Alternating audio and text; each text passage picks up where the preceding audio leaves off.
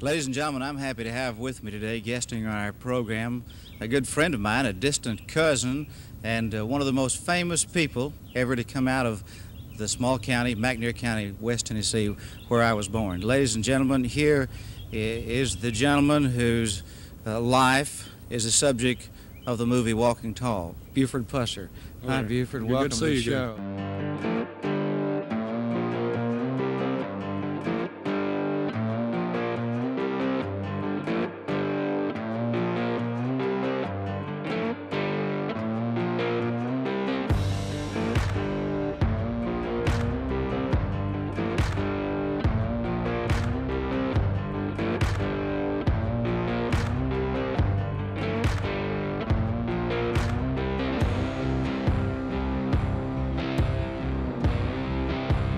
He fought fire with fire, and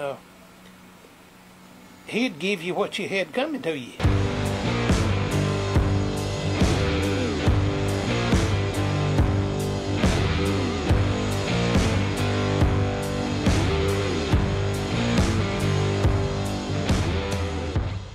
All right, folks, we're here, Adamsville, Tennessee, western Tennessee. We're just a few miles from Memphis.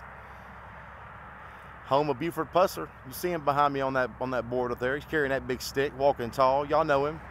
The Rock played him in one of the more recent movies. Many books, many stories, many movies about this man. I think there's 7 movies about Buford Pusser. But anyways, I'm here. I'm gonna tell you all the whole story. A lot of traffic on this road. I'm sorry about all this noise. Hope y'all enjoy this. I'm gonna do everything I can to get you all the information today that I can. Y'all stick around. Let's see what we can find.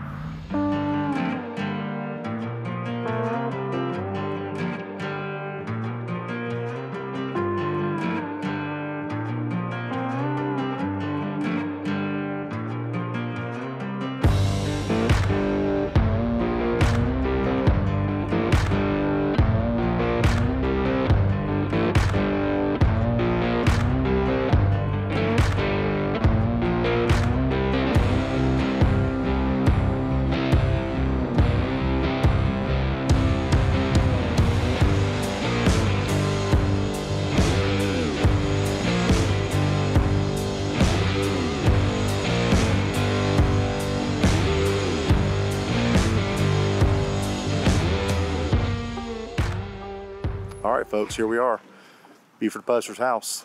This is where he would have left that morning. So that call where his wife got shot. I'm gonna take y'all inside and show you all the artifacts. This house was burnt down in 1971. He rebuilt it. This side of the house over here was added on, and he added a basement. I'm gonna show you all that in my video. Y'all stick around.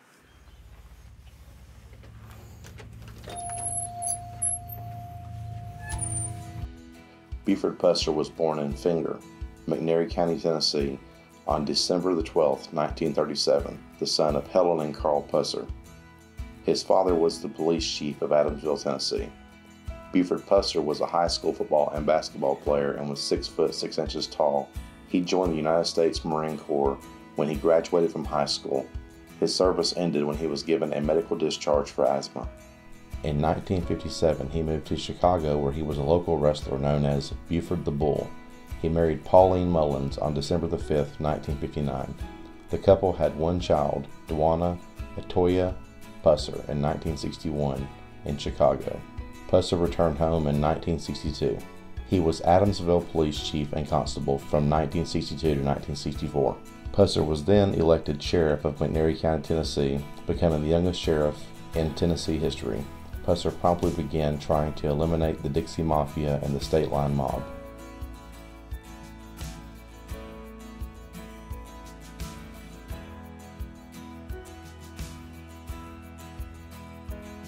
Pusser was ineligible for re-election in 1970 due to the term limit then in effect. He was defeated in his bid for sheriff in 1972.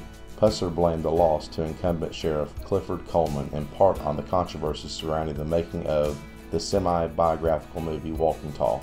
He was re-elected as Constable of Adamsville by a majority of voters, who wrote in his name on ballots. He served as Constable for 2 more years from 1970 to 1972. Pusser died on August 21, 1974 of injuries sustained in a one-car automobile accident. As sheriff, Pusser was credited with surviving 7 stabbings and 8 shootings. He destroyed 87 whiskey stills in 1965 and arrested 47 moonshiners in his first year in office. Pusser's memorial service was held at Adamsville Church of Christ. He was interred next to his wife at Adamsville Cemetery. I would highly recommend visiting Adamsville and the surrounding areas. It is a time capsule and will leave you with a nice memory of small-town America. Upon visiting this museum, I was given permission to video inside. However, I cannot begin to capture the amount of detail that it holds. If you have yet to experience Southern hospitality, the ladies who work the museum will show you what it is all about. All right, folks, we're here behind the high school in Selmer, back here in this big empty field by the ag building. In '74, this field was used for the McNairy County Fairgrounds, okay? Buford Pusser was here. The last day he was alive, August 21st, 1974. But his day started earlier. Obviously, he had to get up that morning early and drive over to Memphis, and he signed a contract with Bing Crosby so he could portray himself in the Walking Tall Part 2 movie, which was a big deal for him. And he got a lot of fame off of the first Walking Tall movie, of course. And so anyways, he got up that morning, went to Memphis, he got home, he cut his grass, he shined up that pretty Corvette. Him and Dwana came here, and he volunteered to be in the dunk tank. And after doing that, they were finished up, and they hung around for a little bit, and Dwana said she wanted to ride home with one of her friends. Thank God she did, right?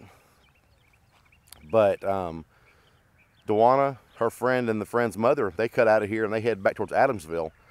And Buford's not very far behind them. The mother of the friend says that they were just a few miles up the road, and Buford flew past them in that Corvette. And about 5 more miles up the road, they came upon the crash site.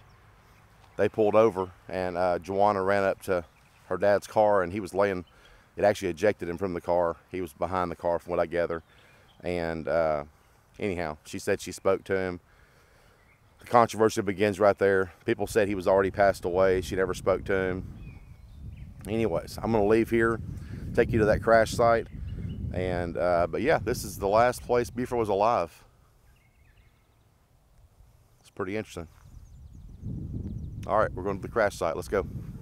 All right, folks, we are headed from Selmer back towards Adamsville. We're on 64 East right now. This is the exact direction and road that Buford would have been headed back towards the house. Now, it's important to know that the eastbound section, the road we're on right now, this actual pavement that we are on right now, did not exist then, okay? Only the westbound side of the road existed. So the oncoming traffic you see over there right now, that's all that existed then, okay? Buford would have been in the right lane of that westbound side, headed back eastbound. That's a lot to say, but I hope you understand what I'm saying. I'm going to get up here in a little bit. I'm going to show you the exact location where he lost control of the car and where he ultimately crashed and passed away at. All right, folks, it's important to know that Highway 64 between Adamsville and Selmer is known as Buford Pusser Highway. So as we top this hill right here, you're going to be able to see the crash site up here on the left. I'm going to walk you through. So Buford would have been in the right lane of that westbound traffic where that white car is over there. He would have been heading in the same direction we are. And there's speculation of all kinds of things. People pulled out in front of him. They messed with his car. But ultimately what happened, this store up here on the left actually was there. I'm going to show you that in a photo. But about 200 yards, so roughly right here, Buford lost control of his car, went over the left lane over there, into that little ditch area over there. And where that monument right there, the big stone monument, that's where his car impacted that side of the road. And that's ultimately where he passed away at, right there. All right, folks. So here we are. This lane, right where my finger is right there, he would have slid from way back here. There's actually tire marks in a picture right through here. He would have come straight through here. I'm gonna spin this camera around and show you the path, okay? Through here, would have ultimately crashed right there, okay? That was the impact, okay? You can actually see, in a photo, you can actually see this telephone pole. I'm going to try to find all this stuff and put it in and document it. But you can actually see this telephone pole in one of the photos, and he impacted right there.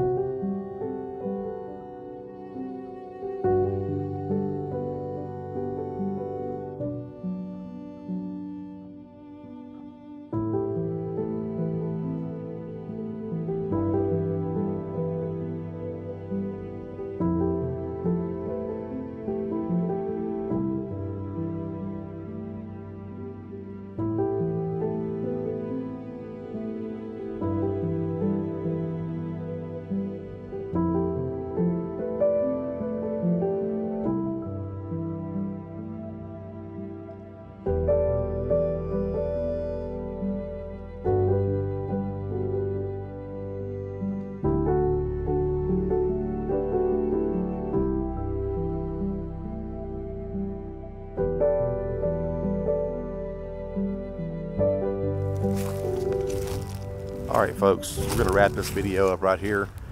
I'm at the Adamsville Cemetery. I'm going to show y'all Buford's grave. Of course, his daughter and his wife are both buried there beside him. I actually don't know if his parents, I haven't been up there yet. I tried to do that live on the video for the first time. It just, to me, it adds more to the realism of the video. I'm not sure if his parents are buried there or not. We'll find out when we get up there. But, you know, Buford Pusser to me was, I never really had heard of him. I'm an 80s kid, so to me, the Walking Tall movies is what really, maybe that's for everybody, I don't know. But that's what really gave Buford Pusser a name for me. And to me, he's always going to be, I can't think of the guy's name right now, but the original Walking Tall or The Rock. I mean, that's just kind of, sounds horrible, I know, but that's what it was to me. After doing this little trip, this was a solid guy, man. This was a guy you wanted on your side. Doing a lot of research and listening to podcasts and listening to all kinds of different stories about this guy. There was all kinds of suspicion about he was as dirty as the guys he was trying to catch. I personally don't believe that for a second. Y'all can get on here and bash me if you want to, that's fine. I just know what I've read and what I've seen, and what I've seen does not correspond with that. But if it's true, then show me something. Send me a link to something. I'll definitely watch it and review it. Convince me otherwise, you know. That's kind of how I feel about it. But the way I feel right now is Buford was a solid guy. He was the guy I would want to know personally, okay? He's raised by a police chief. You know, I'm not saying that's always the best thing, but he was raised in a law-abiding home. You know, he was taught morals and ethics, and it carried over into his work as far as I'm concerned.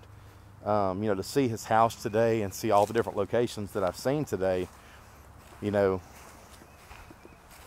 I ain't got a word bad to say about the guy, okay? So I'm going to walk y'all over here to the graves. And just so y'all know, when I walk around these, I had somebody comment that I'm walking over graves. No, I'm not. When I walk over these graves, I walk ahead of the headstones. They're laid to rest on the other side, okay? All right, just clarify that. Anyways, we're right here right now. I'm gonna spin this camera around just a second and show you all the graves, and that'll conclude this video.